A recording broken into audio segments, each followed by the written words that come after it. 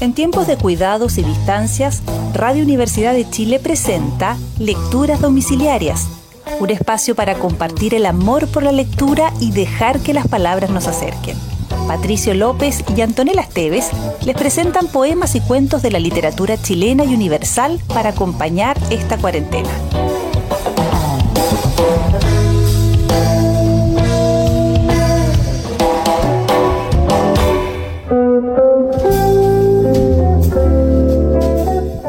Muy bienvenidas y bienvenidos a esta nueva edición de Lecturas Domiciliarias, en donde nos vamos a encontrar con Amandine Lucille Auron Dupin, o más conocida como George Sand. Vamos a leer dos cuentos de esta importante escritora, publicado en 1877, que se llama Las Señoritas.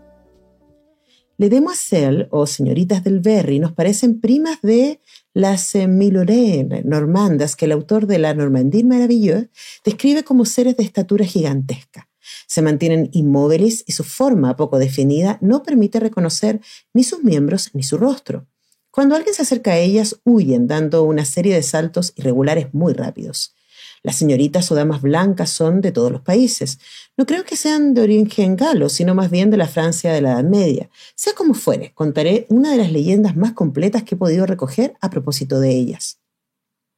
Un gentilhombre del Berry llamado Jean de la Salle vivía el siglo pasado en su castillo situado al fondo de los bosques de Villemort. La zona, triste y salvaje, se alegra un poco en la linde con los bosques, allí donde el terreno seco, plano y cubierto de robles se inclina hacia praderas que humedecen una serie de pequeños lagos hoy mal cuidados. Ya en el tiempo del que hablamos, las aguas empapaban los prados del señor de la Salle, dado que el buen gentilhombre no poseía suficiente fortuna como para hacer sanear sus tierras. Poseía una gran extensión, pero de escasa calidad y de pequeño rendimiento. Sin embargo, él vivía contento, gracias a sus gustos modestos y a su carácter tranquilo y jovial. Los campesinos de sus tierras y de los alrededores lo tenían por un hombre de bondad extraordinaria y de rara delicadeza. Decían de él que antes de perjudicar lo más mínimo a un vecino, fuera quien fuese, se dejaría quitar la camisa del cuerpo y su caballo de entre las piernas. Y sucedió que una tarde, el señor de la Salle, después de haber estado en la feria de Le Vertunat, para vender un par de bueyes, regresaba por la linde del bosque acompañado por su aparcero, el alto Lunó, que era un hombre listo y entendido, y llevando sobre la grupa flaca de su yegua gris la suma de 600 libras en grandes escudos con la efigie de Luis XIV. Era el importe de los animales vendidos. Como buen rústico que era, el señor de la Salle había comido bajo los árboles y, como no le agradaba beber solo, había hecho sentarse junto a él al Lunó, y le había servido vino del país como él mismo, con el fin de hacerse sentir cómodo dándole ejemplo. Hasta tal punto que el vino, el calor, el cansancio de la jornada y sobre todo el trote cadencioso de la yegua habían dormido al señor de la Salle, y llegó a su casa sin saber demasiado el tiempo que había empleado ni el camino que había seguido. Era Lunó el que lo conducía y Lunó lo había conducido bien, puesto que llegaban sanos y salvos. Sus caballos no tenían ni un pelo mojado. El señor de la Salle no se encontraba borracho, nunca en su vida lo habían visto perder el sentido, por lo que, una vez que se quitó las botas, le dijo a su sirviente que llevara la bolsa a su habitación. Luego estuvo charlando muy razonablemente con Lunó, le dio las buenas noches y se marchó a dormir sin más demora. Pero al día siguiente, cuando abrió la bolsa para coger el dinero, solo encontró gruesos guijarros y después de inútiles investigaciones se vio obligado a reconocer que le habían robado.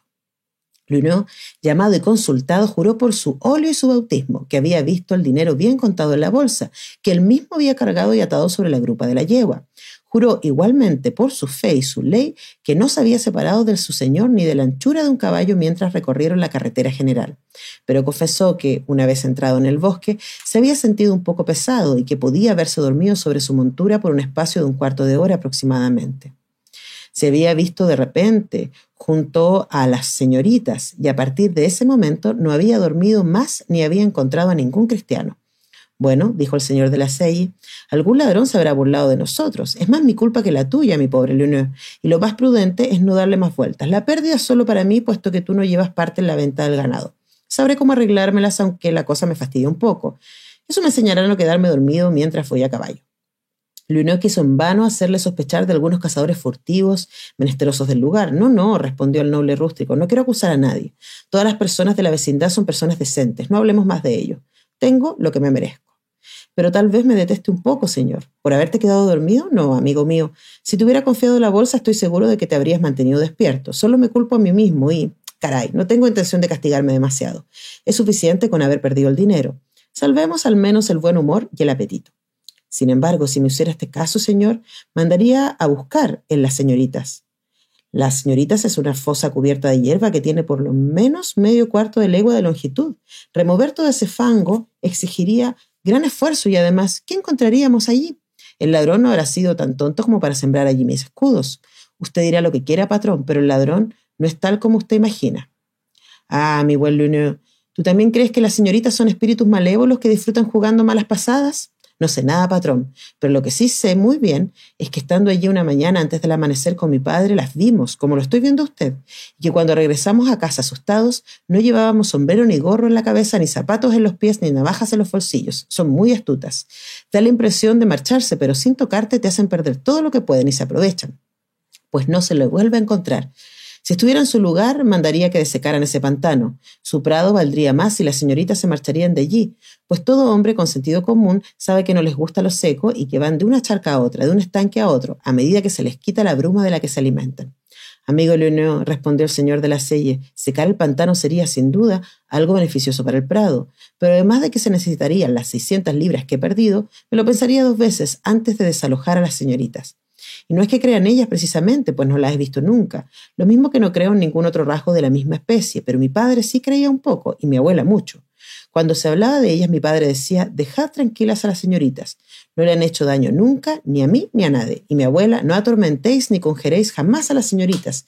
Su presencia es un bien para una propiedad, y su protección trae buena suerte a una familia.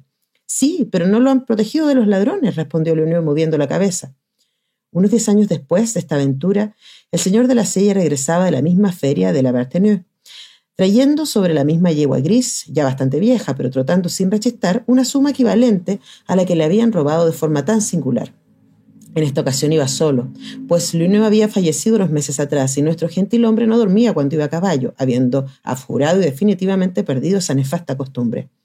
Cuando se encontró la linde del bosque, a lo largo de las señoritas que está situada en la parte baja de un talud bastante elevado, cubierto de matorral de viejos árboles y de grandes hierbas silvestres, el señor de la Selle se entristeció al recordar a su pobre parcero, que le hacía mucha falta, aunque su hijo Jacques, alto y delgado como él despierto prudente, hiciera todo lo posible por reemplazarlo.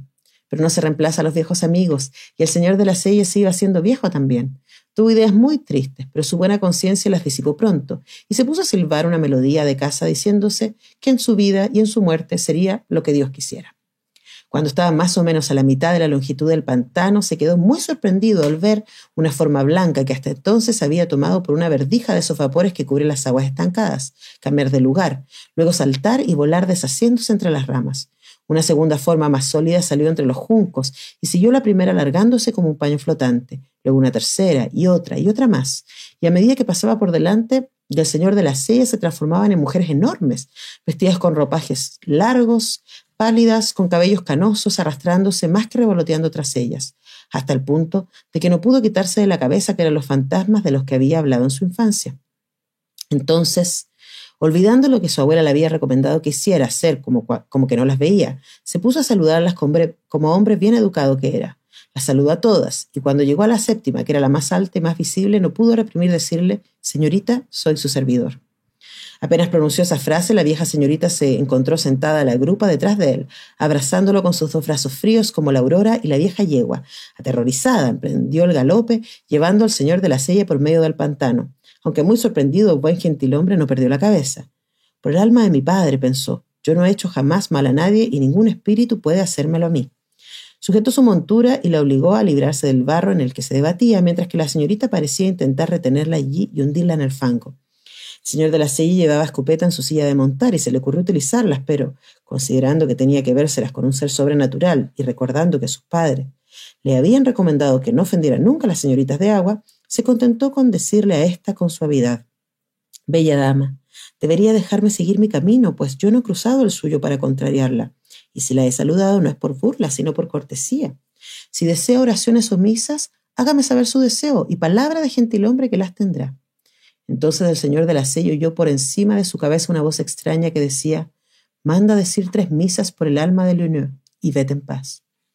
Al instante la figura del fantasma se desvaneció. La yegua volvió a ser dócil y el señor de la silla regresó a su casa sin más problemas. Pensó que había tenido una visión, pero no por ello dejó de encargar las 3 misas.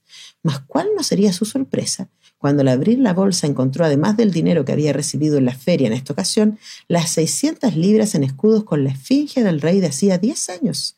Alguien dijo que Leoneux, arrepintiéndose la hora de su muerte, había encargado a su hijo de esta restitución y que éste, para no manchar la reputación de su padre, se lo había encargado a las señoritas.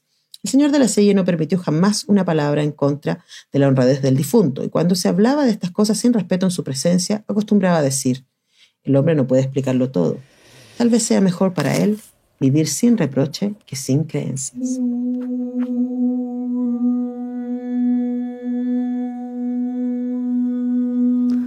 Je suis à l'âge où l'on ne dort nulle part.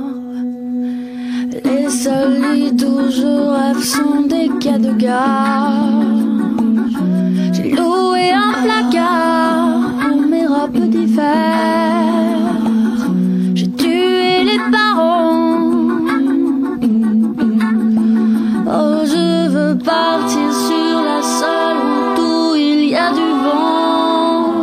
Je suis la jeune fille aux cheveux blancs. Mon amour dit qu'il ne me connaît pas. Il vit loin de tout, il vit trop loin de moi. Sur le plus haut volcan que l'amour est éteint, il reviendra demain. Oh, je veux partir sur la seule route où il y a du vent. Je suis la jeune fille aux cheveux blancs.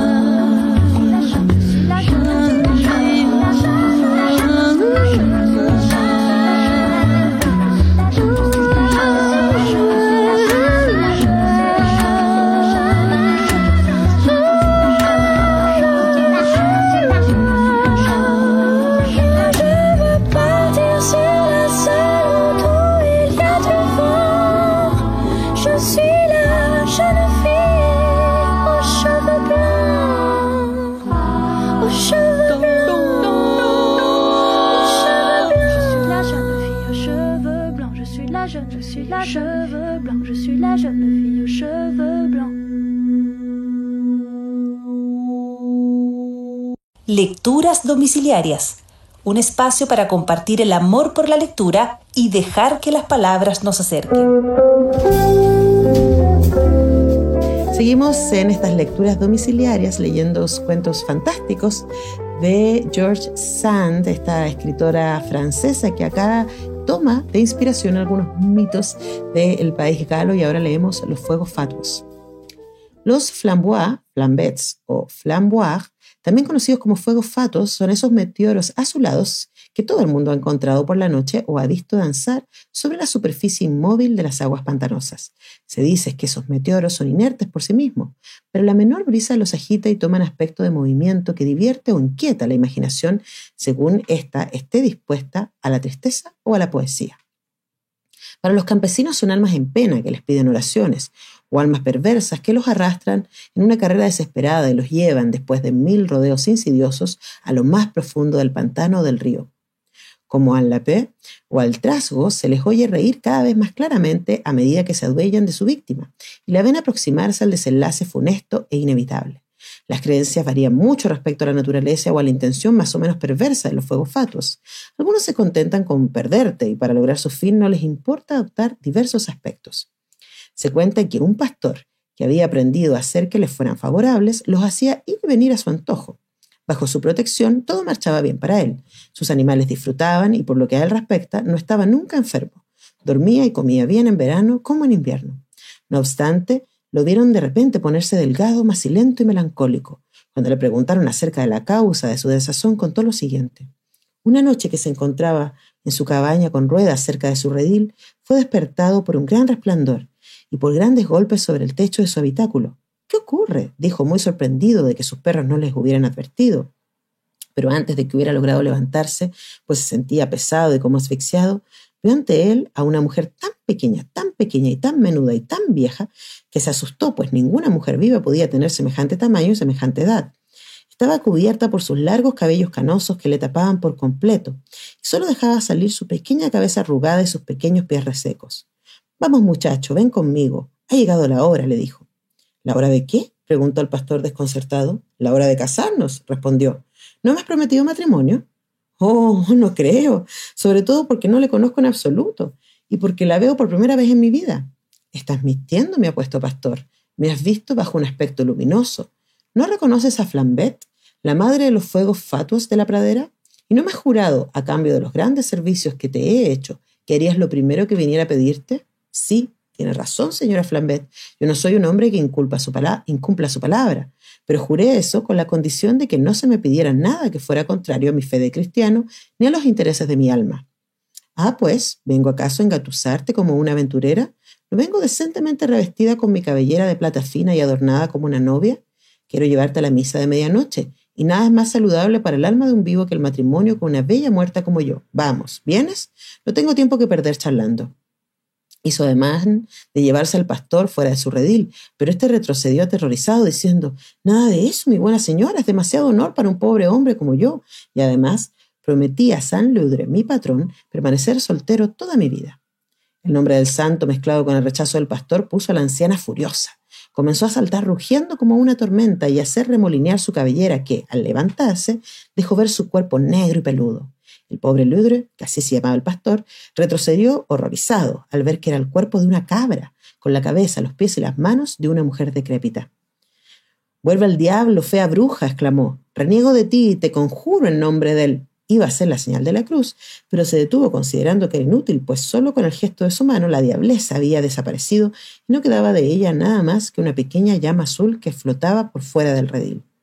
«Bien», dijo el pastor, «haga tanto fuego fatuus como quiera, me da igual. Me burlo de sus luces y de sus payasadas».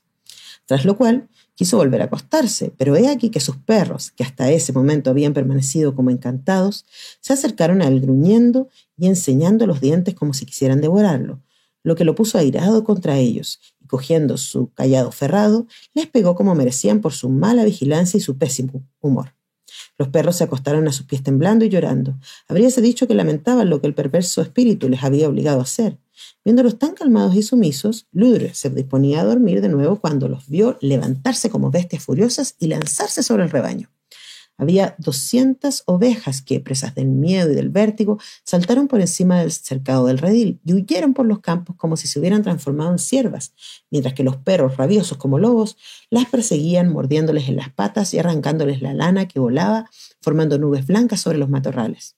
El pastor, muy preocupado, no se tomó el tiempo necesario para volver a ponerse los zapatos y la chaqueta que se había quitado con el calor. Se puso a correr tras su rebaño, jurando detrás de sus perros que no les prestaban atención y corrían cada vez más, ladrando como los perros de caza que han levantado la liebre y espantando al rebaño asustado. Tanto corrieron las ovejas, perros y pastor que el pobre Ludre hizo al menos 12 leguas alrededor de la charca de los fuegos fatuos, sin poder alcanzar su rebaño ni detener a sus perros, a los que habría matado de buena gana si hubiera podido alcanzarlos. Por fin, cuando amaneció, se quedó muy sorprendido al ver que las ovejas que él perseguía no eran sino pequeñas mujeres blancas, largas y menudas, que corrían como el viento y que no parecían cansarse más de lo que lo hace el viento. Por lo que respecta a los perros, los vio transformados en 2 gruesos cuervos que volaban de rama en rama graznando. Convencido entonces de que había caído en un aquelarre, volvió derrengado y triste a su redil, donde se sorprendió mucho de encontrar su rebaño durmiendo bajo la vigilancia de los perros, que se acercaron a él para acariciarlo.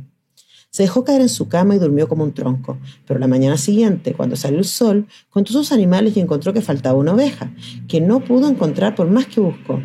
Por la tarde, un leñador que trabajaba cerca de la charca de los fuegos fatuos, le trajo sobre su asno la pobre oveja ahogada, preguntándole cómo cuidaba las ovejas y aconsejándole que no durmiera tanto si quería conservar su buena fama de pastor y la confianza de sus patrones. El pobre Ludre se preocupó mucho por un asunto del que no comprendía nada y que, por desgracia para él, se repitió, aunque de otra manera, a la noche siguiente. Esta vez soñó que una vieja cabra con grandes cuernos de plata le hablaba a sus ovejas y que éstas las seguían galopando y saltando como cabritos alrededor de la charca. Imaginó que sus perros se cambiaban en pastores y él mismo en un macho cabrío al que estos pastores golpeaban y obligaban a correr. Como la víspera se detuvo al amanecer, reconoció las figuras blancas que ya lo habían engañado, regresó, lo encontró todo tranquilo en su redil, se durmió por el gran cansancio, se levantó tarde, contó sus ovejas y encontró que faltaba una. Esta vez corrió hacia la charca y encontró el animal que se estaba ahogando. La sacó del agua, pero era demasiado tarde. Ya no era buena sino para ser despellejada. Estos desagradables hechos duraban ya 8 días. Faltaban 8 cabezas en el rebaño y Ludre, bien porque corriera dormido como un sonámbulo, bien porque soñara en medio de la fiebre que tenía las piernas en movimiento y el espíritu afligido, lo cierto es que se sentía muy fatigado y tan enfermo que creí que se iba a morir. «Mi pobre amigo», le dijo un viejo pastor muy sabio al que él le contaba sus cuitas, «tienes que casarte con la vieja o renunciar a tu oficio. Conozca esa cabra de cabellos plateados por haberla visto cortejar a uno de nuestros amigos, al que hizo morir de fiebre y pena. Por eso no he querido nunca tratar con las flambets, aunque me hicieran numerosas insinuaciones y de que las viera danzar como bellas jovencitas alrededor de mi redil». «¿Y no sabría usted darme algún remedio para librarme de ellas?», le dijo Ludre abrumado. «He oído decir», respondió el viejo, «que aquel que pudiera cortarle la barba a esa maldita cabra la gobernaría a su antojo. Pero se corre un gran riesgo, porque si se la deja, aunque sea solo un pelo, recupera toda su fuerza y te retuerce el cuello». «Caramba, yo mismo lo intentaré», dijo Ludre, «pues lo mismo da morir en ese empeño que ir languideciendo poco a poco como hago yo». La noche siguiente vio a la vieja con figura de fuego fatuo acercarse a su cabaña y le dijo: «Ven aquí, bella entre las bellas, y casémonos de inmediato». Cómo fue la boda no se supo jamás, pero hacia medianoche, cuando la bruja estaba bien dormida, Ludre cogió las tijeras de esquilar las ovejas y de un solo golpe le cortó tan bien la barba que el elfo tenía el mentón desnudo y él se puso muy contento al ver que era rosado y blanco como el de una jovencita. Entonces se le ocurrió la idea de esquilar toda la cabra, su esposa, pensando que tal vez perdiera su fealdad y su taima al mismo tiempo que el pelo. Como seguía durmiendo o haciendo como que dormía, no le costó mucho esfuerzo hacer todo el esquilo. Pero una vez que concluyó, se dio cuenta de que había esquilado su cayado y de que estaba solo, acostado junto a su bastón de cerval. Se levantó muy inquieto por lo que pudiera significar esta nueva diablura, y lo primero que hizo fue recontar sus animales, que resultaron ser 200, como si ninguna se hubiera ahogado. Entonces se apresuró a quemar todo el pelo de la cabra y a darle gracias al bueno de Sal Ludre, que no permitió nunca más a los fuegos fatuos que lo atormentaran.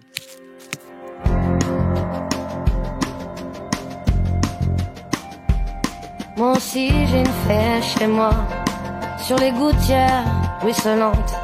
Je l'ai trouvée sur un toit, dans sa traîne brûlante. C'était un matin, ça sentait le café. Tout était recouvert de givre, elle s'était cachée sous un livre et la lune finissait ivre. Moi aussi j'ai une fée chez moi, et sa traîne est brûlée. Elle doit bien savoir qu'elle ne peut pas, ne pourra jamais plus voler. D'autres ont essayé avant elle, avant toi, une autre était là. Je l'ai trouvée repliée sous ses ailes et j'ai cru qu'elle avait froid. Moi aussi j'ai une fée chez moi, depuis mes étagères, elle regarde en l'air la télévision en pensant dehors c'est la guerre. Elle lit des périodiques d'hiver et reste à la maison, à la fenêtre, comptant les heures, à la fenêtre, comptant les heures.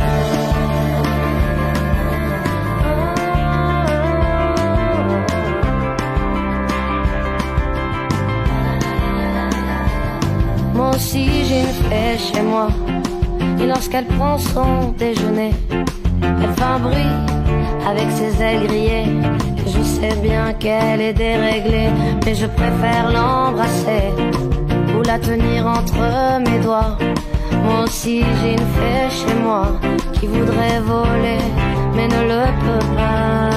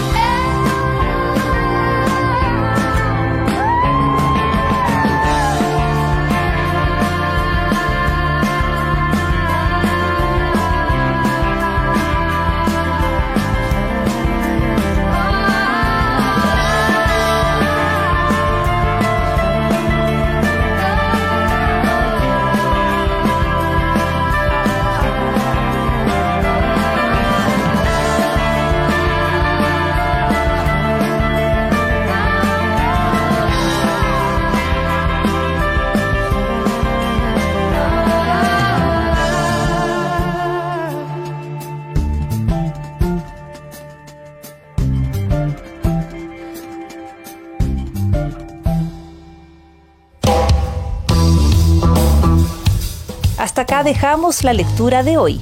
Pronto volvemos con nuevas palabras para mantenernos cerca a pesar de las distancias. Lecturas domiciliarias con Patricio López y Antonella Esteves.